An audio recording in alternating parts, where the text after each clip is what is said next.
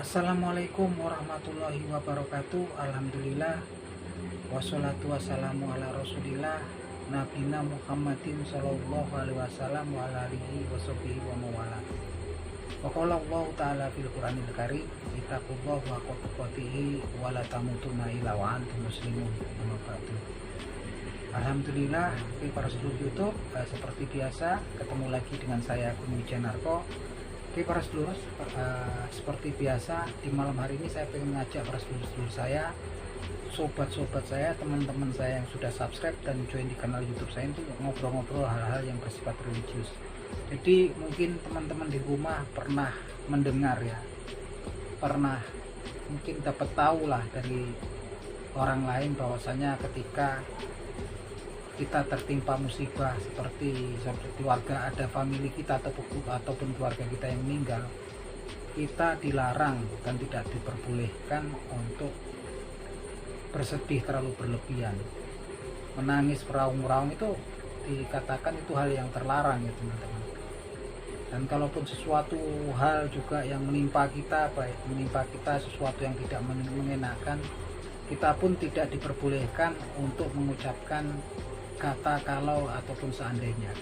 Kenapa? Karena memang dua hal tersebut sepertinya betul-betul vital ya, karena memang sesungguhnya segala sesuatu yang ada di bumi, yang terjadi di dunia ini sudah ditakdirkan dan ditetapkan oleh Allah Subhanahu wa taala, sehingga kemudian seperti ajal gitu kan, seperti musibah gitu kan, ini sesuatu memang ketetapan Allah Subhanahu wa taala yang memang sudah dituliskan, sudah ditetapkan sebelum 50.000 tahun sebelum penciptaan langit dan bumi. Sehingga kalau kemudian kita bersedih terlalu berlebihan, kemudian menangis beraung-raung gitu, berkata seandainya ini begitu, yang itu tidak akan terjadi gitu kan, seakan-akan memang kemudian kita tidak ridho ataupun tidak senang dengan takdir dari Allah Subhanahu wa taala yang sudah ditetapkan Allah Subhanahu wa taala kepada kita.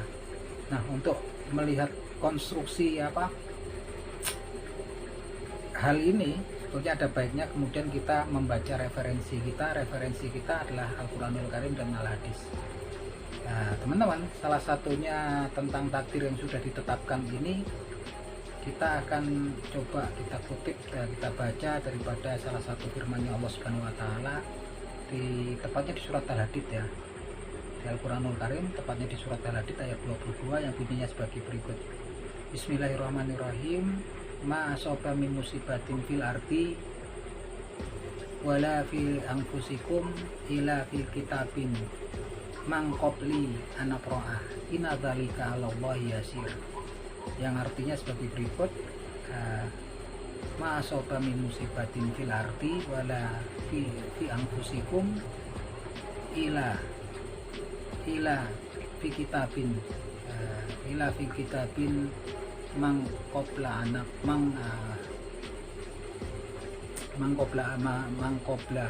roha, yang artinya sebagai berikut, sesungguhnya segala sesuatu musibah yang menimpa di muka bumi gitu kan, ataupun yang menimpa kalian gitu kan, sesungguhnya itu sudah tertulis di dalam sebuah kitab gitu kan, sebelum Allah Subhanahu wa taala menciptakan yang terkena musibah tersebut ya teman-teman.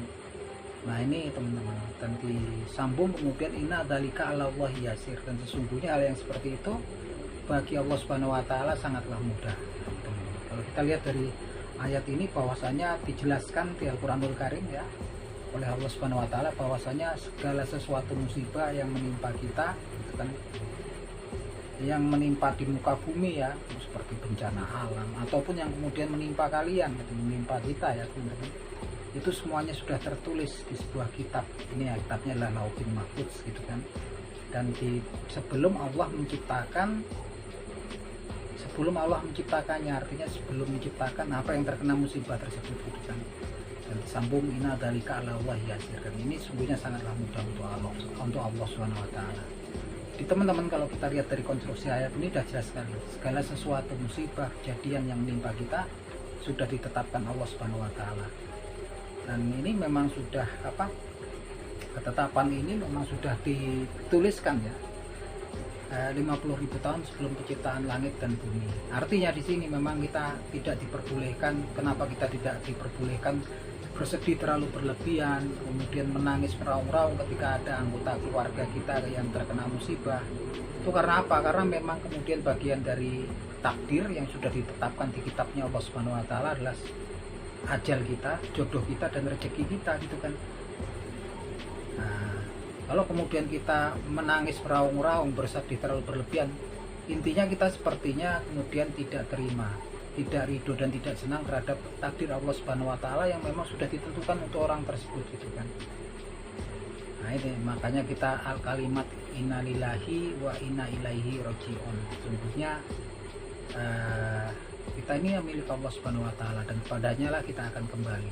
Itu dalam sekali ya artinya memang kita harus menerima takdir Allah yang sudah ditetapkan untuk kita, gitu kan.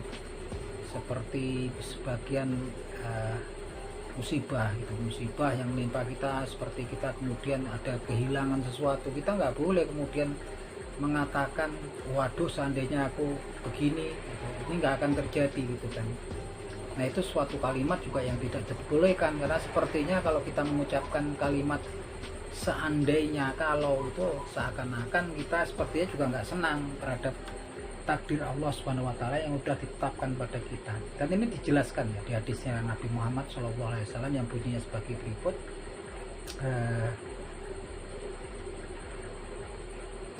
Bismillahirrahmanirrahim. Wa in asobaka sayun fala taqul lau ana fa'altu kana kaza wa kaza walakin kul qadarullah wa ma syaa fa'al.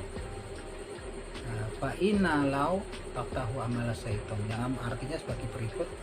Wa in asobaka sayun fala taqul, kalau sesuatu menimpa kalian, suatu kejadian menimpa kalian, fala taqul, maka janganlah kalian kemudian berkata lau ana fa'altu, seandainya aku melakukan ini, karena kaza wa kaza, yang ini dan yang itu nggak akan terjadi.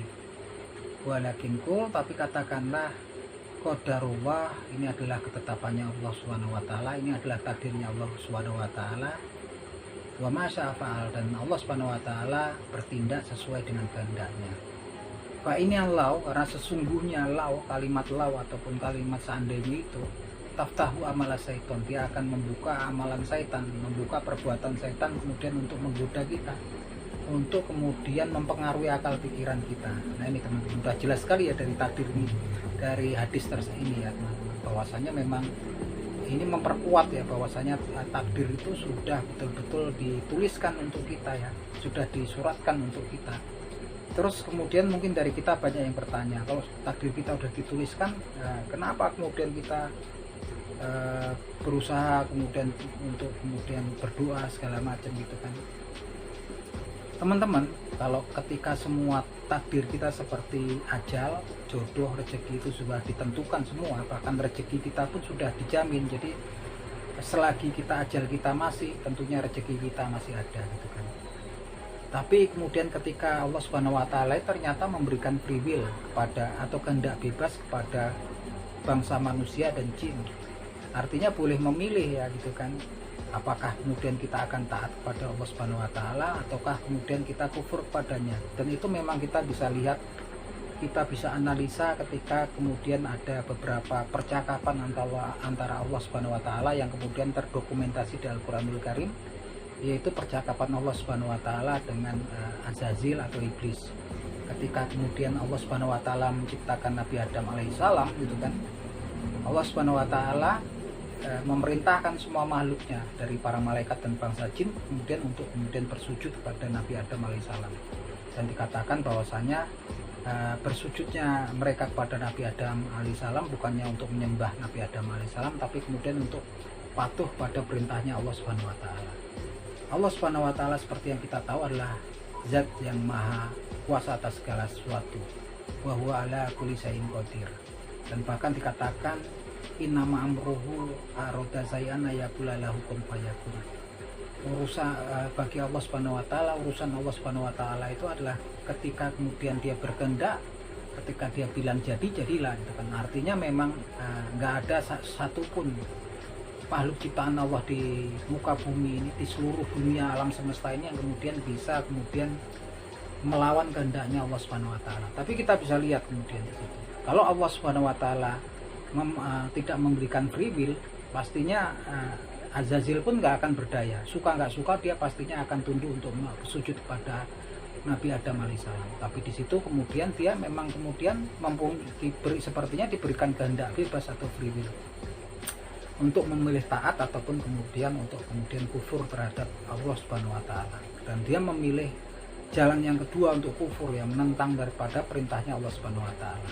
Ketika kemudian dia berkata, "Araita hadza karamta alayya, ana khairu minhu khalaqtani min nar wa khalaqtahu min tin." Ini tolong dijelaskan kepada saya, siapakah yang kau muliakan dari saya? Saya lebih baik dari dia karena engkau ciptakan aku dari api, kemudian engkau menciptakan dia dari tanah. Nah, ini salah satu dosa ya yang terjadi di dalam surga ya waktu penciptaan Nabi Adam alaihissalam, yaitu kata-kata ana khairu minhu, saya lebih baik dari dia. Dan hati-hatilah teman-teman ketika teman-teman kemudian mempelajari ilmu agama gitu kan, tapi kemudian kita merasa lebih baik dari orang lain gitu kan, mulai timbul di hati kita harus berhati-hati karena itu merupakan tipu daya daripada syaitan gitu. Yang jelas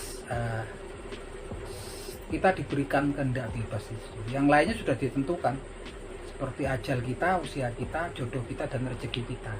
Makanya teman-teman, dimanapun teman-teman kondisinya seperti apa gitu kan, selama ajalnya masih, tentunya rezekinya masih. Kita bisa lihat seorang janin, seorang bayi yang hidup dalam rahim ibunya gitu kan. Apakah janin tersebut punya daya upaya? Apakah dia mampu bekerja? Ya tidak, dan rezekinya pun tetap diberikan oleh Allah Subhanahu wa taala. Rezeki daripada janin itu adalah melalui darah, di mana zat makanan dan oksigen itu kan dibawa darah melalui tali pusar masuk ke dalam tubuh si bayi.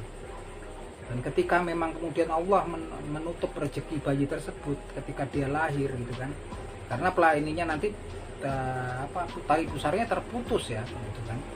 Tapi kemudian dengan hikmahnya Allah Subhanahu wa taala membukakan lagi rezeki yang lain, yaitu kemudian bayi tersebut mendapatkan air susu daripada ibunya. Artinya ketika Allah Subhanahu wa taala dalam fase-fase tertentu menutup rezeki seseorang gitu kan, dia dengan hikmahnya pasti akan membuka rezeki yang lain lagi gitu kan, dari jalan rezeki yang lain lagi.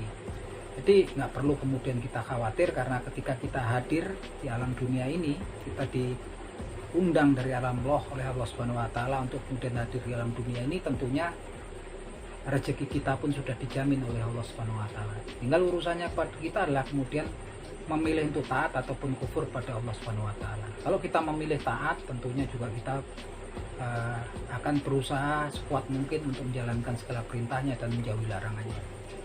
Kalaupun kemudian kita merasa kok kita ini berusaha taat tapi kayaknya mengarahnya ke sesuatu yang negatif terus, ke sesuatu yang kemungkaran, jangan takut teman-teman. Kita berdoa, bermohon gitu kan, seandainya memang tertuliskan di kitab kita kemudian kita dalam suatu kemungkaran ataupun kesesatan, kita bermohon agar dihapuskan dan diganti dengan catatan yang baru, yang memang sebagai seorang yang beriman dan sebagai ahli surganya Allah Subhanahu wa taala. Karena itu tujuan terbesar kita.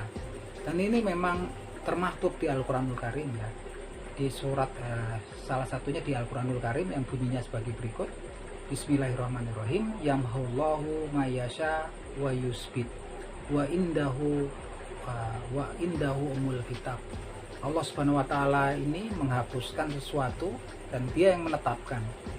Wa indahu umul kitab, dan di sisinya lah induk segala kitab atau lauhul mahfuz. Nah teman-teman, kalau kita lihat dari konstruksi ayat ini teman-teman, kita bisa tahu bahwasanya sekalipun takdirnya makhluk ciptaannya itu sudah dituliskan 50.000 tahun sebelum penciptaan langit dan bumi, tapi dalam in case kasus-kasus khusus Allah Subhanahu wa taala ternyata menghapuskan dan dia menetapkan gitu kan, dan di sisinya lah induk kitab. Artinya dalam doa-doa kita kalau bisa kita juga bermohon, kalau kemudian kita merasa kok susah sekali berbuat kebajikan, berbuat ketaatan, kita bermohon, kita punya kecenderungan yang suatu yang buruk, agar bermohon pada Allah Subhanahu wa taala, seandainya takdir kita tertuliskan sebagai kalau gitu kan. Ini kalaunya beda ya, kalau sebagai kemungkaran itu kita minta dihapuskan dan dituliskan lagi. dalam jalan yang lurus dan kebaikan gitu kan. Karena kita semua nggak tahu memang akhir hayat kita semua nggak tahu seperti apa takdir yang sudah dituliskan untuk kita. Oke gitu teman-teman, semoga bermanfaat obrolan kita di malam hari ini. Akhir kata, wabillahi taufik wal hidayah. Wassalamualaikum warahmatullahi wabarakatuh.